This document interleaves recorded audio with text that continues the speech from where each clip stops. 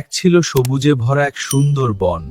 সেই বনে থাকতো একটি ছোট্ট সাদা। একদিন খরগোশটি বনে ঘুরতে ঘুরতে দেখলো একটি ছোট পাখি গাছের নিচে বসে কাঁদছে। চিন্তা করো না, আমি তোমাকে বাসায় পৌঁছে দেব। তারা দুজনে একসাথে হাঁটতে লাগলো।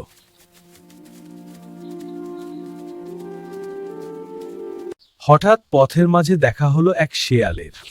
সে ভাবলো আজ সে খরগোশ ধরবে। কিন্তু শিয়াল দেখে খরগোশটি ভয় পেল না।